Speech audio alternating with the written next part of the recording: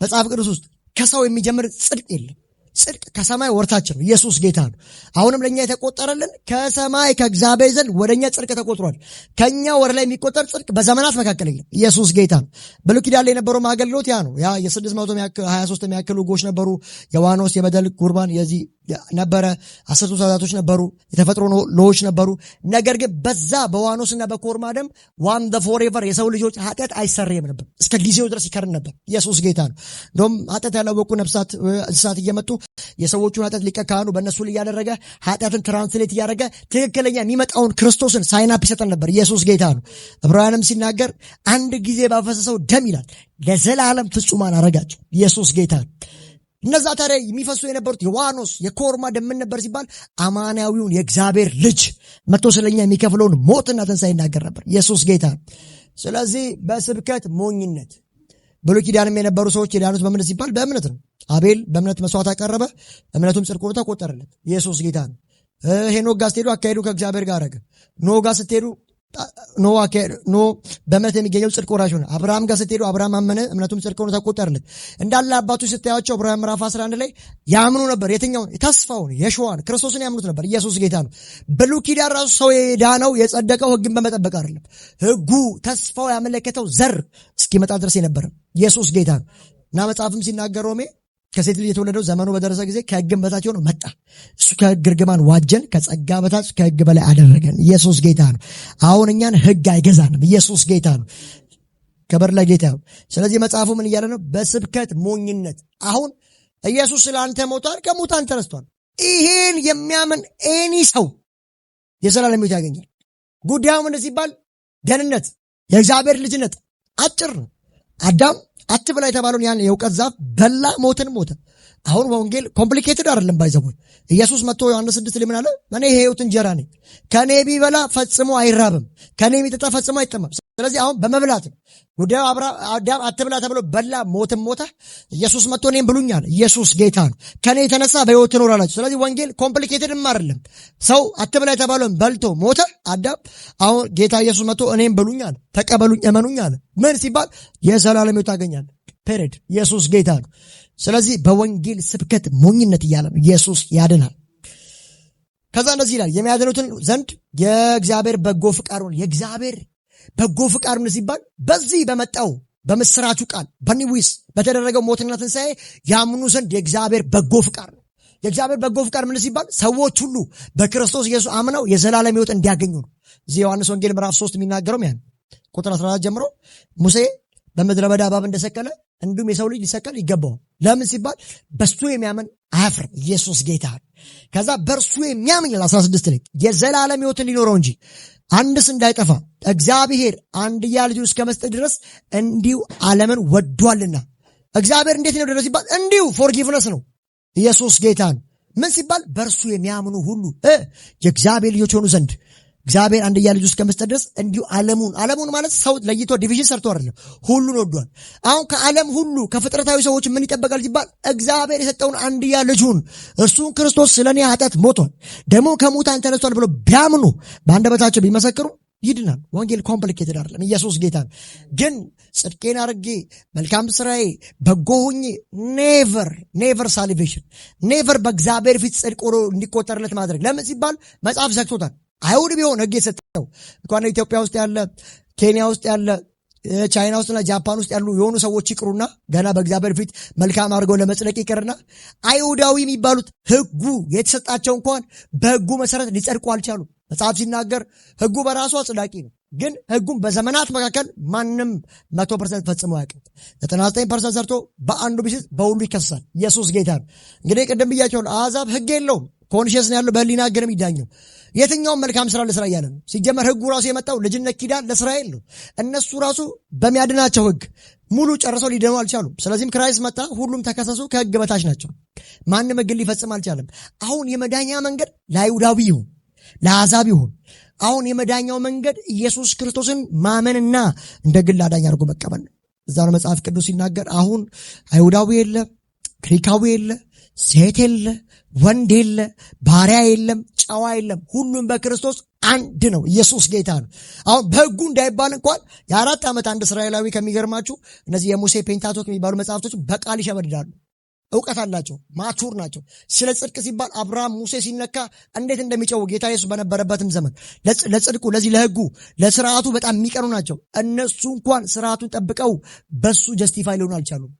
እንኳን ሌላው አሕዛብ ዓለም ላይ ያለው ህዝብ ገና መልካም ሰርቼ እንትን ብዬ ቆርቤ የሆነ ቦታ እንትን በሶ በልቼ ምናምን የሆነ ራሴን ሰውነቴን አጎሳቅዬ ለደህንነት እግዚአብሔር ለመምሰል ብሎ ራስን ማሞኘት ይቅርና በምንም መልካም ስራ በእግዚአብሔር ፊት መጽደቅ አይቻልም። ለምን ሲባል ሰዎች ሕግን ሁሉ ፈጽመው ሊጸድቁ አይችሉም። ስለዚህ አንዲያውም በሩ ምንድን ሲባል ክርስቶስ የሰራውን የመስቀል ስራ አምኖ መቀበል። ኢየሱስ ጌታ ነው። ቁጥር 22 እንደዚህ ይላል፣ መቼም አይሁድ ታምራዊ ምልክትን ይፈልጋል። አይሁዳዊዎች ሁሌ የሚፈልጉት ይሄን ነው።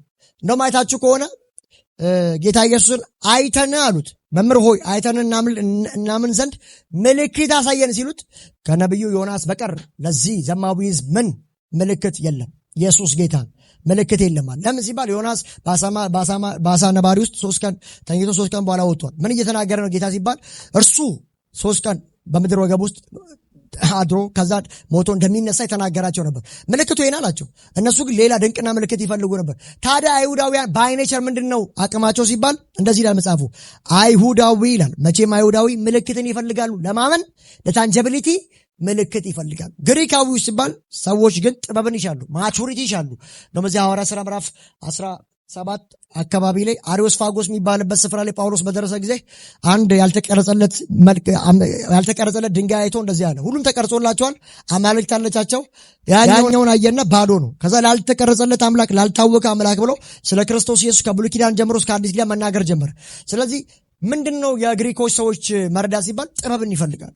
የሆነ ነገር አንድ ግሪካዊ ማለትም አሕዛብን ለማስረዳት ታንጀቢሊቲ፣ ልክ በሕክምናው ማይክሮስኮፕ ውስጥ ገብቶ የሰዎች ደምና የሆነ ኢንስትሩመንቶች ታይተው ማይክሮግራም እንደሚታዩት እንደዛ የግሪክ ሰው ልክ እንደዚህ ነው። አሕዛብ በታንጀቢሊቲ ነው የሚፈልገው።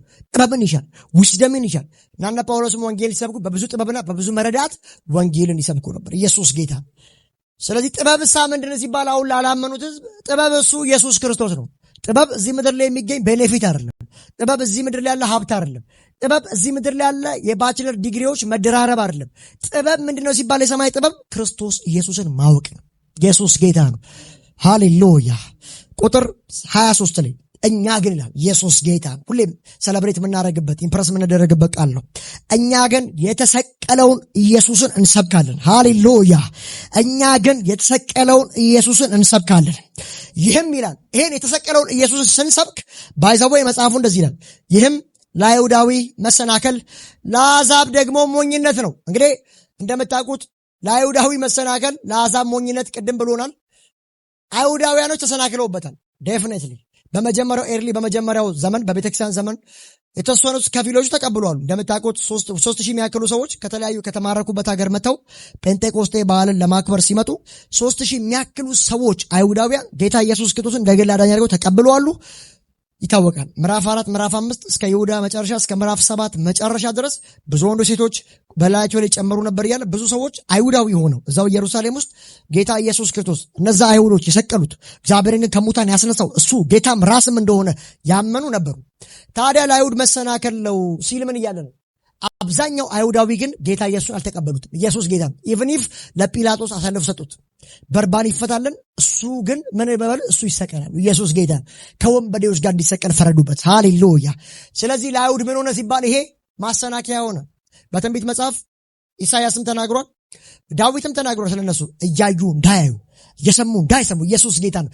ለምንድን ነው አይሁዳውያን በክርስቶስ ኢየሱስ የተሰናከሉ ሲባል ይሄ ፐርፐስሊ እግዚአብሔር ፕሮግራም። ሃሌሉያ። ለምንድን ነው ሲባል መጽሐፉ እያዩ እንዳያዩ እየሰሙ እንዳይሰሙ የድንዛዜ መንፈስ ሰጣቸው። ሮሜ ምዕራፍ 10 ላይ ለምንድን ነው ሲባል ይሄ አሕዛብ ቅድም ያልኳችሁ ነው የተረሳው የዓለም ሕዝብ በክርስቶስ ኢየሱስ አምኖ የእግዚአብሔር ልጅ እንዲሆን የእግዚአብሔር ፕሮግራም ነበር። የመጀመሪያው የት ነው ከተባለ አብርሃም ጋር። ኢየሱስ ጌታ ነው። አብርሃምን እግዚአብሔር በዚህ በዘፍጥረት ምዕራፍ 12 ላይ ከኡር ከከለዳውያን ሲጠራው እንግዲህ አብርሃም የመጣው ከየት ነው? ከጣዖት አምልኮ ነው። የታራ ልጅ ነው። ሲመጣ ከአሕዛብነት ነው እግዚአብሔር የለየው። ባዘ ሌላ ጊዜ ዘፍጥረት መጽሐፍ ላይ እግዚአብሔር እንዴት ነበር የሚለውም ምናየዋለን። ሌላ ጊዜ ፕሬቬስ አብርሃም መጀመሪያ ባውንደሪው ምንድነው? አሕዛብ ነው። ኢየሱስ ጌታ ታዲያ አብርሃምን ከጠራ በኋላ ኪዳን ገባለት፣ ተስፋ ቃል ነገረው። ከዛ በኋላ አብርሃም ለእስራኤላውያን ምንድን ነው? የሥጋ አባት ነው። ኢየሱስ ጌታ ነው። የረሳው አበው ነው። ታዲያ አብርሃም ሲጠራ ለእስራኤል ብቻ አባት ሆኖ የተጠራ ወይ የሚል ጥያቄ የሚጠይቁ በጣም ብዙ ሰዎች አሉ። አብርሃም እዛው እንደተጠራ ለእስራኤላውያን የሥጋ አባት ቢሆንም እንኳን ለአሕዛብ ግን የእምነት አባት ነበር። ኢየሱስ ጌታ ነው። ይሄ ለቀረው ለዓለም ሕዝብ ቅድም ያለ ቻይና፣ ኬንያ፣ ኢትዮጵያ ምናምን የምትለው አብርሃም ተስፋ ውስጥ ያለ ነው። በአብርሃም ተስፋ ውስጥ ግን አሁን አሕዛብ የሚገባው በምን ሲባል በክርስቶስ ኢየሱስ ሲያምን ነው። ኢየሱስ ጌታ ነው። ስለዚህ አብርሃምን ጠርቶ እንደዚህ ያለው ሰማይን ያለው እንደ ምድር ከዋክብት ዘርን አበዛዋለሁ፣ ምድርን ያለው እንደ ምድር አሸዋ ሕዝብን አበዛዋለሁ። ስለማን የተናገረ ነው ሲባል ገላትያ ምዕራፍ 4 ላይ በደንብ ብሪፍ ያደርገዋል። ገላትያ ምዕራፍ 3 ላይ ለአብርሃም የተስፋው ቃል ተናገረ ለአንተና ለሰራ ነው። ኢየሱስ ጌታ ነው። ለብዙዎች እንደሚናገር ሳይሆን ለጥቂት እንደሆነ ለአንድ እንደሆነ በክርስቶስ ተፈጸመ ብሎ መጽሐፉ ይናገራል። ታዲያ አሁን የምናምን የማን ልጆች ነን ሲባል በእምነት የአብርሃም ልጆች ነን። ታዲያ አብርሃም ጽድቅን በምን አገኘ ሲባል አብርሃም ጀስቲፋይ ሆነ በእምነት ነው። ኢየሱስ ጌታ ነው። አብርሃም መልካም ስራ ሰርቶ አይደለም የጸደቀው። አብርሃምማ መልካም ስራ ሰራ እንኳን ከተባለ ይስሐቅን መሰዋት ምዕራፍ 21 ላይ ነው ዘፍጥረት ላይ ይሄደው። ዘፍጥረት ምዕራፍ 15 ላይ ግን እግዚአብሔር አብርሃምን ምን አለው? አብርሃምን እግዚአብሔርን ተስፋ ከገባለት በኋላ አብርሃምን እግዚአብሔር ምን አደረገ?